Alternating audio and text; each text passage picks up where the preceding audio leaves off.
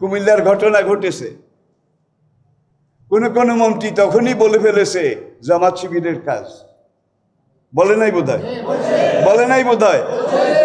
এখন যে বেটা ধরা পড়ছে, এই বেটার 14 গোষ্ঠী জামাত কি জিনিস, শিবির কি জিনিস। তবে আধা পাগল, অ্যাবনর্মাল। এখন আধা পাগল অ্যাবনর্মাল একটা মানুষকে দিয়ে আবার সে গাঁজা খায়, ইয়াবা খায়, ফেন্সিডিল খায়। এখন এই অ্যাবনর্মাল, অস্বাভাবিক, যার খাওয়ারও ঠিক নাই, চলারও ঠিক নাই, বলারও ঠিক নাই, কথারও ঠিক নাই, ভবগুরের মতো।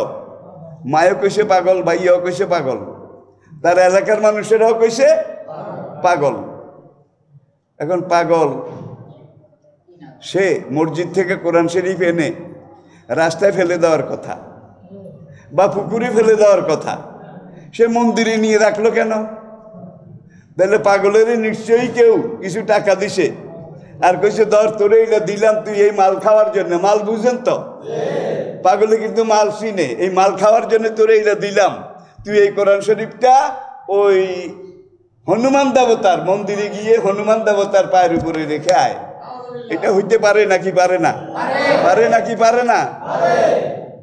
এখন আপনি ঘটনা ঘটলেই বিচারের আগে যদি রায় দিয়ে দেন অমুকে করেছে, তাহলে সেখানে আর নেই বিচার হওয়ার, সমাধান করার কোনো পথ থাকে না। এই কথা আদম আলী, কদম আলী, কোপাদ আলী তারা বললে চলে। কোনো মন্ত্রী, কোনো দায়িত্বশীল যদি এরকম কথা বলে, সেই দেশে কিন্তু ন্যায় বিচার এটা প্রতিষ্ঠিত হওয়া সবচেয়ে কঠিন। আসলে আমি নিজেও খুব ক্লান্ত, আপনারা বুঝতে পারছেন। আমি 1.5 ঘন্টার একটা বিদেশি আন্তর্জাতিক লাইভ শেষ করে এখন জুমায় আসছি। খুব কষ্ট করে আমি কথা বলছি দিনের এই কথাগুলো। আর যেই কথাগুলো আমি বলি আলহামদুলিল্লাহ এলেম কালাম নাই, কিন্তু আমার প্রত্যেকটা কথা আমি কোরআনের সাথে মিলিয়ে কোনো মন্ত্রী সাহেবকে হিট করার জন্যে কি মনে কষ্ট দেওয়ার জন্য আমি কথাটা বলিনি। আমার সবচেয়ে বেশি দুঃখ লাগে গেল 1 সপ্তাহে একজন মন্ত্রী, তার কথাবার্তা, এক পর্যায়ে তিনি বলেছেন মৌলবীরা যদি ফতুয়া দিতে আসে, ওয়াজ করতে আসে, তাদের দাড়ি কামিয়ে তাদেরকে শেভ করে দেওয়া হবে। আপনারা বোধহয় দেখেন নাই বা এটা কি মন্ত্রীর কথা নাকি চাঁদপুর স্টিমার ঘাটের কুলির সর্দারের কথা?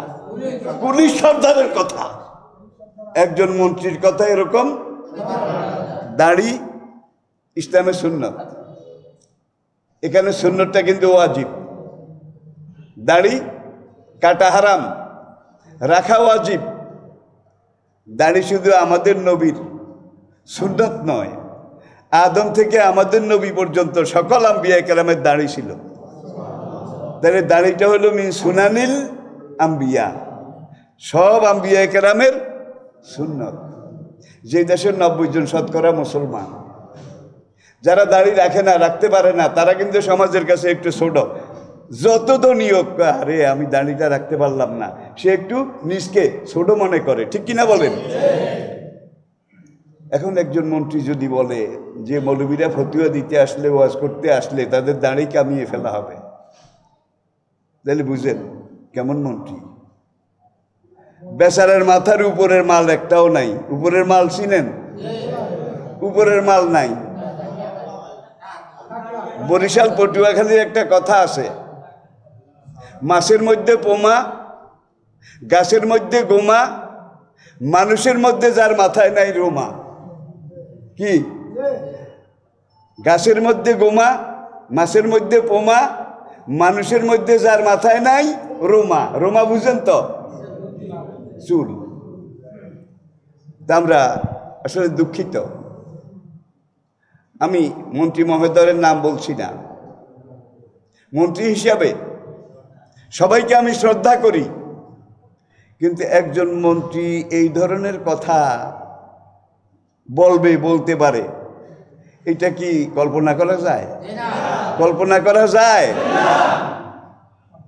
সময় কিন্তু সবকিছু জবাব দেবে। আম্বিয়া কেরামের সুন্নাত, নবীদের দাড়ি, এটা নিয়ে যে এই কথা তুমি বলেছ, তোমার ইমান চলে গেছে, তোমার বউ তালাক হয়ে গেছে, বলবেন যে লুৎফর রহমান আবার ফতুয়া দেয়। আলেমরা ফতুয়া দেবে না, করবে কি?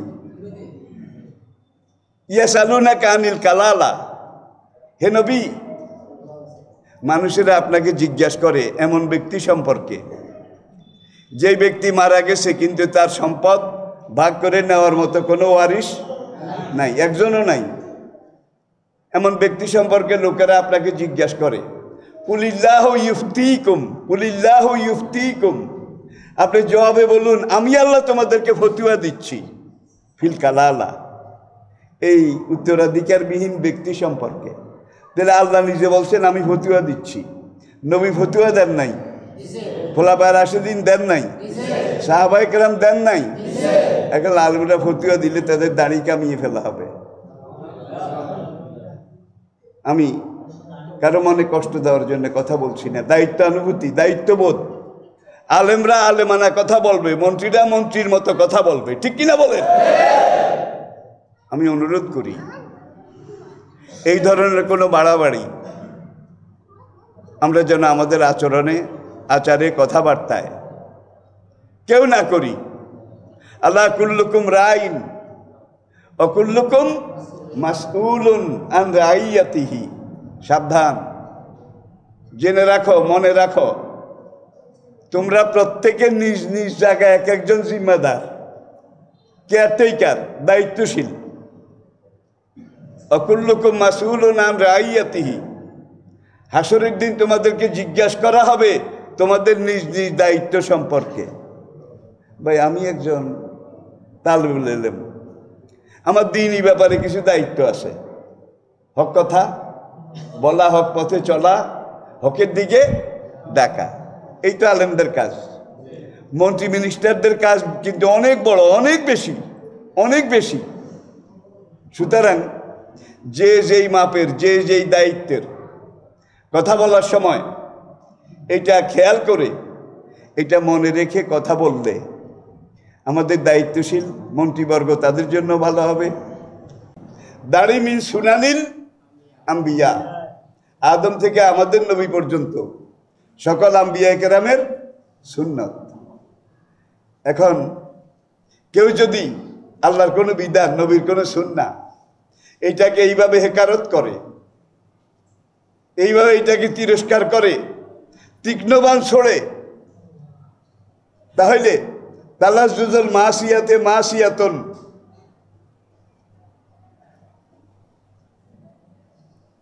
তাবুনুল মাসিয়াতে মাসিয়াতুন, গুনার কাজে সহযোগিতা করা কবিরা গুনাহ, ও তালাজ্জুজু বিহি কুফরুন, আর গুনার কাজ এটা দেখে কেউ যদি মজা মারে সঙ্গে সঙ্গে সে কাফের হয়ে যায়।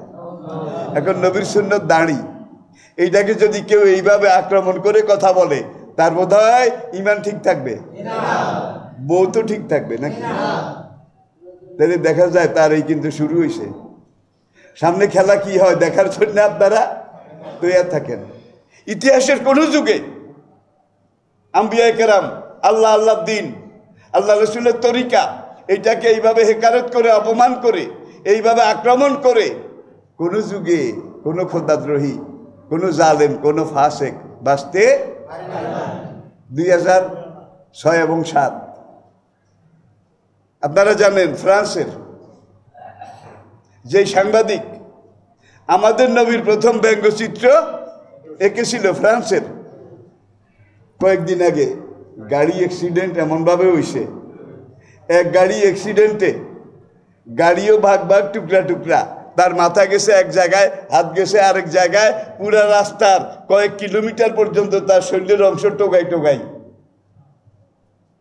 তাইলে আল্লাহ আল্লাহ রসুলের বিরোধিতা, ইসলামের বিরোধিতা, অন্যায় কাজ, ইসলাম বিরোধী কাজ, খোদাদ্রোহী কাজ, এগুলোর বিচার আখিরাতে তো হবে আসল বিচার, বড় বিচার।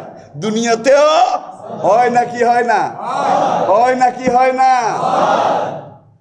আমি একটা কথা আপনাদেরকে বলি, বাবা বুড়ো হয়ে গেছে, এখন মা নাই, ছেলের বাবা বুড়ো হয়ে গেছে, মা মারা গেছে, এখন এই বাবারে ছেলের বউ সহ্য করে না। আর বুড়া মানুষ, লেখায় লা ইয়ালামা বাদা ইলমিন শাইয়া, যে রুমে রাখছে এই রুমে একদিন রাত্রে বুড়া বাচ্চারা উঠে কুলায় নেই, একবারে ল্যাপটসকে পেশাব করে দিছে, বুড়া মানুষের পেশাব। সকালে বউ এসে দরজা খুলে যখন পেশাবের গন্ধ পাইছে তখন যাইয়া ছেলেরে উঠেছে, এই উড, এই বাড়িতে হয় তোমার বাবারে রাখো, নয় আমারে রাখো। তোমার বাবারে যদি এই বাড়িতে রাখো তাহলে আমি এই বাড়িতে থাকবো না, আমি চলে যাব। আর যদি আমি থাকি তাহলে তোমার বাবাকে। ওয়াতার রাজুল ইমরাতাহু ওয়াক্কা উম্মাহু, তিরমিজি শরীফের হাদিস। কিয়ামতের আগে এমন একটা সময় আসবে যখন ছেলেরা বউর কথা মতো চলবে, মায়ের নিমুখারামি করবে, বউর কথা মতো চলবে। ভাই তাহলে এটা আসে না নাই? আসে না নাই? বিয়ার আগ পর্যন্ত ছেলে ভালো, বিয়া করার পরে আস্তে আস্তে আস্তে আস্তে মাকে দূরে, বাবাকে দূরে, বউকে কাছে, আরো কাছে, এমন আসে না নাই? আছে তো। অধিকাংশ কিন্তু এই অবস্থা। মরহুম শেখ মুজিব সাহেব বঙ্গবন্ধু, আমার ছাত্র জীবনে আমি এই কথাটা শুনেছিলাম। যুক্তফ্রন্টের আমলে যখন যুক্তফ্রন্ট গঠন করা হয়েছিল তখন তিনি একটা বক্তব্যের মধ্যে একদিন একটা কথা বলেছিলেন, কথাটা এখনো আমার মনে বাজে। আরো কত কথা, কেউ হীরার খনি, কেউ তেলের খনি, কেউ সোনার খনি, আর আমি মুজিব পেলাম। এগুলো কিন্তু আমাদের জন্য মাইলস্টোন, চিন্তা করতে হবে, বুঝতে হবে। এখন শেখ সাহেব একদিন এক ঘরোয়া মিটিংয়ে অনেক নেতৃবৃন্দ, যুক্তফ্রন্টের আমলের কথা বলছি, জীবনে একটা বিরাট সময় কিন্তু তিনি জেলে ছিলেন, এটাও বাস্তব। এখন ওই কথাইটা উঠছে, একজনে মরহুম শেখ মুজিবুর রহমানের কাছে নালিশ করলো যে এরা বউর কথা মতো চলে, বউ যা কয় তা করে, মা বাবা তাদের তোয়াক্কা করে না।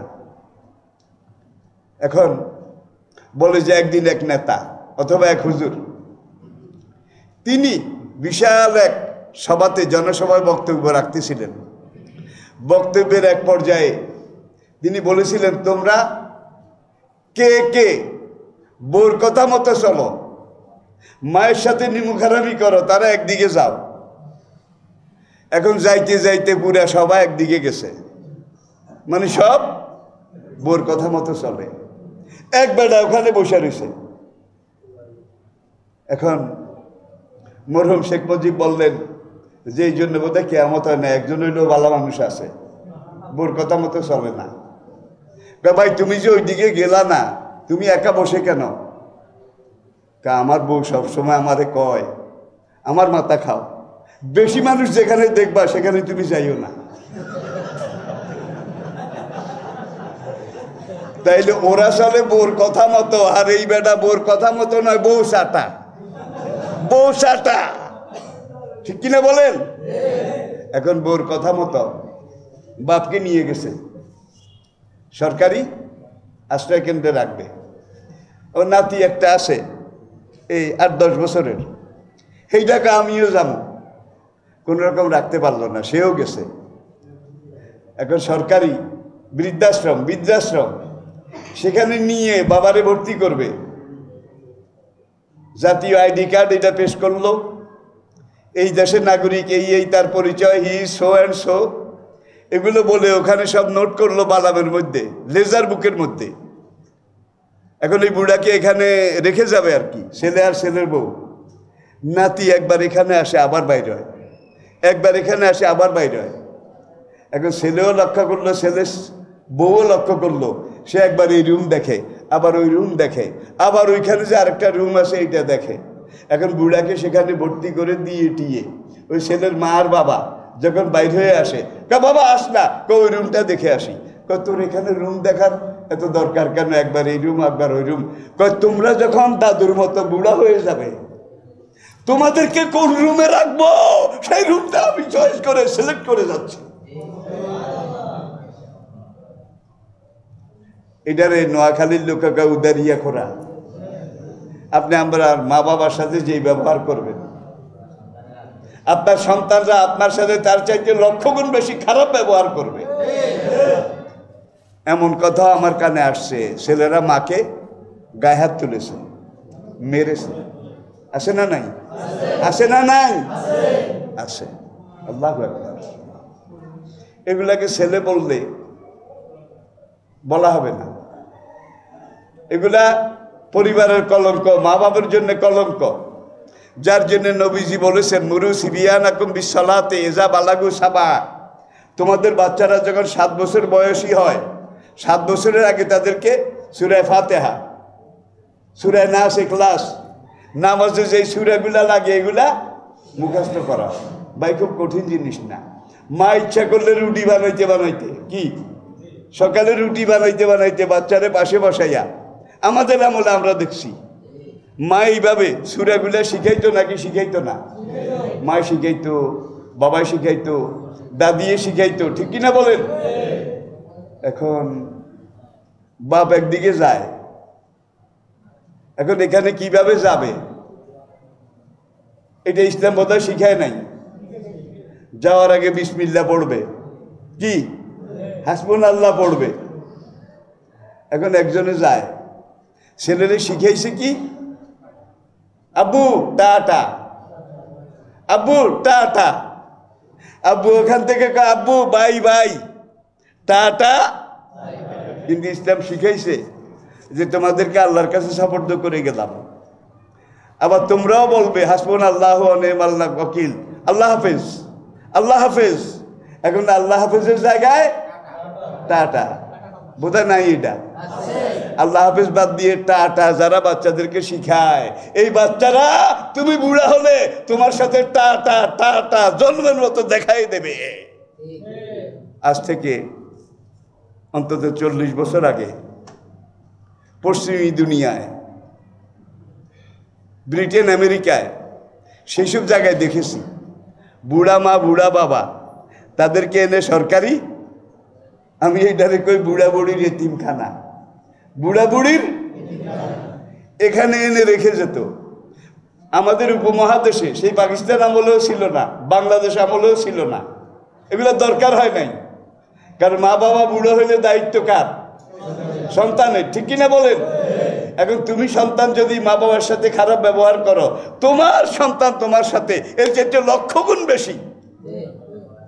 তুমি মার গায়ে হাত তুলেছ, মাকে একটা থাপ্পড় দিয়েছ, এই থাপ্পড়ের বিনিময়ে তোমার অরুজাত সন্তান তোমাকে বুড়ো হলে লক্ষ লক্ষ বার লাথি মারবে, সে থাপ্পড় দেবে না। Tit for tat, as you sow so will you reap. এটাই যেমন কর্ম। সুতরাং আমরা ইসলামকে বুঝি, আল্লাহকে বুঝার চেষ্টা করি, রাসূলকে বুঝার চেষ্টা করি, কোরআন এটাকে বুঝার চেষ্টা করি, কোরআনকে শিখার চেষ্টা করি। আমাদের বাচ্চাদের পেটে আমরা আগে কোরআন ঢুকাইয়া দিই, আগে কোরআন, আগে যদি কোরআন ঢুকাইয়া দেন, কোরআন শিখান, এই বাচ্চাকে বলে স্কুল কলেজ ভার্সিটি যেখানেই পড়ান আগে কোরআন ঢুকাইছেন, আল্লাহর কসম এটা বেনামাজি হবে না, এই সন্তান নাস্তিক হবে না, এই সন্তান ঘুষখোর হবে না, সুদখোর হবে না। কারণ কি? আগে কোরআন ঢুকেছেন। কোরআনে একটা বরকত আছে না নাই? আছে না নাই? তাহলে এই কোরআন আবর্জনা দূর করে, জান্নাত এটা কাছে নিয়ে আসে। সুতরাং বাচ্চাদেরকে আগে কোরআন শিখাই, এরপরে আসুন। আমি গেল জুমায় আপনাদেরকে বলেছি, আমাদের আশেপাশে ডাইনে বামে অমুসলিম যারা আছে, সংখ্যালঘু যারা আছে, তারা আমাদের ভাই, প্রতিবেশী, আপনজন, আমাদের বন্ধু। আমরা যেন তাদেরকে আর চোখে না দেখি। এটাতে রাজি আছেন সবাই?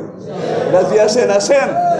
আরে ভাই, এখানে আপনি একটা রায়ট লাগাইয়া দিয়া, এখানে 2 কোটি অমুসলিম আছে, ওই সনাতন ধর্মাবলম্বী, খ্রিস্টান আছে 2 লাখের কাছাকাছি, ইহুদি আছে 100 নাই, তারও কম।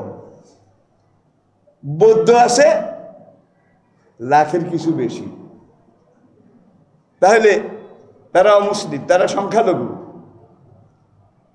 লে নফসিকা আলাইকা হাক্কুন, তোমার নফসের একটা হক তোমার উপরে আছে। বলে জাওজাতিকা আলাইকা হাক্কুন, তোমার বিবির একটা হক তোমার উপরে আছে। বলে আওলাদিকা আলাইকা হাক্কুন, তোমার ছেলেমেয়ের একটা হক তোমার উপরে আছে।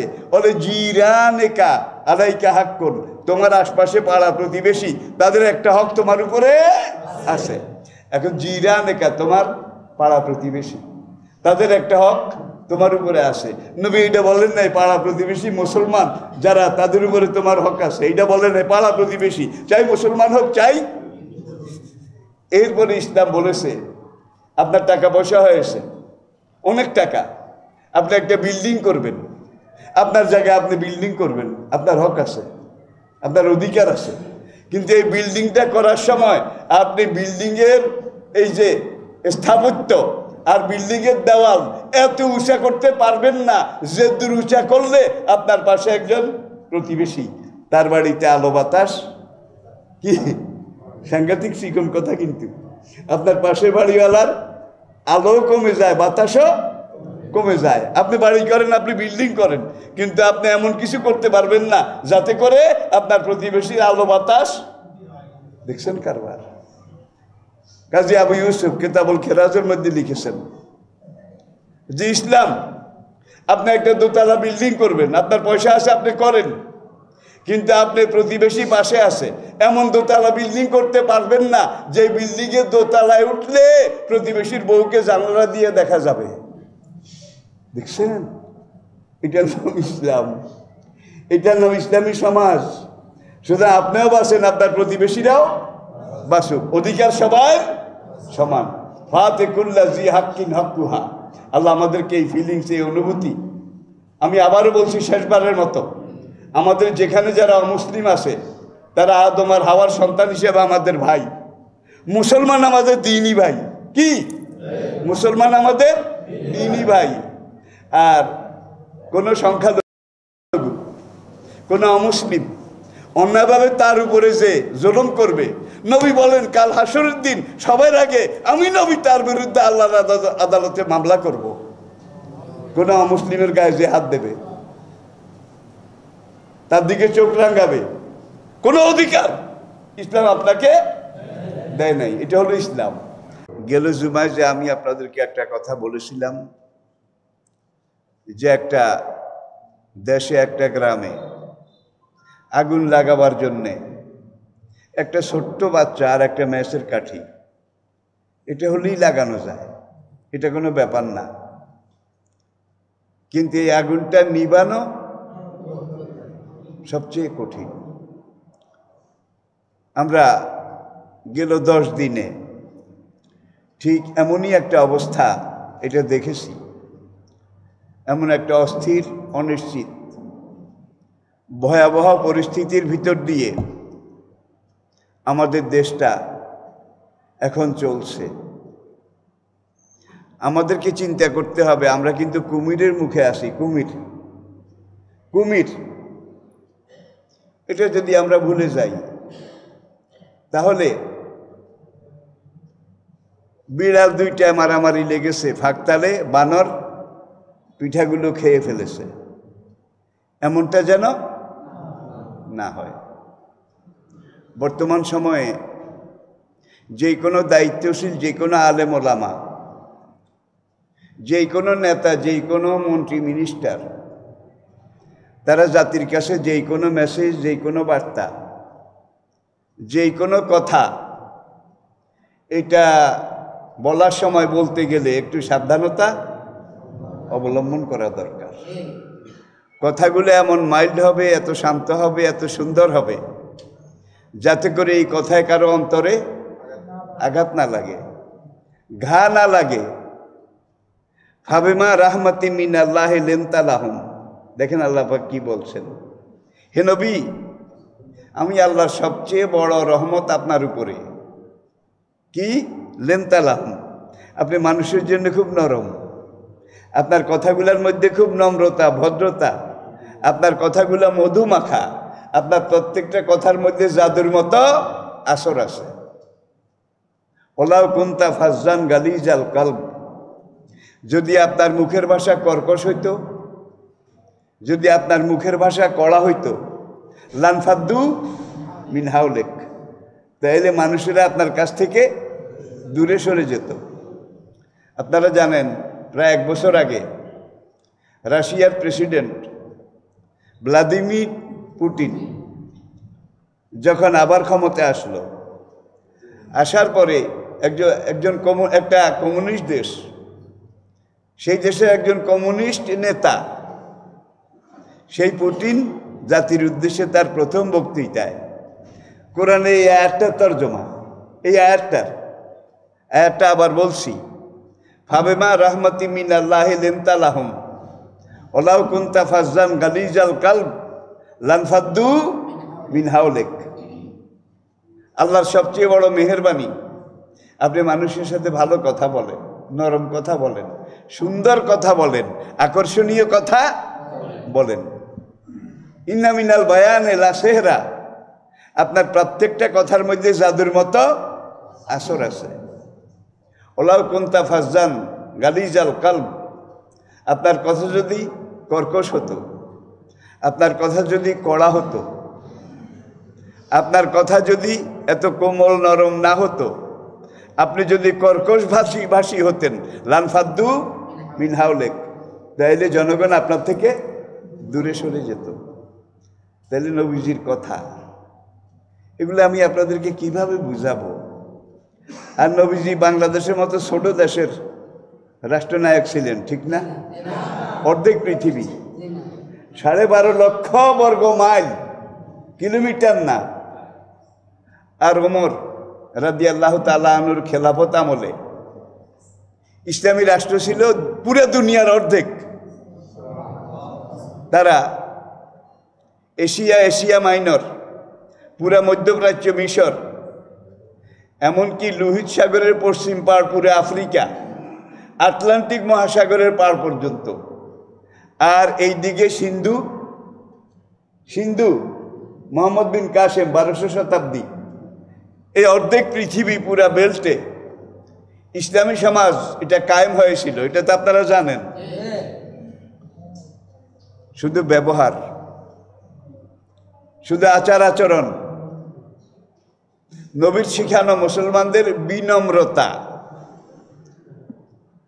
আমার ভাই, আমার দিনী ভাই আলেম ওলামা যারা মাঠে ময়দানে কথা বলছেন জাতির উদ্দেশ্যে, আপনাদের কাছে আমার অনুরোধ থাকবে, সময়টা খুব কঠিন, জটিল।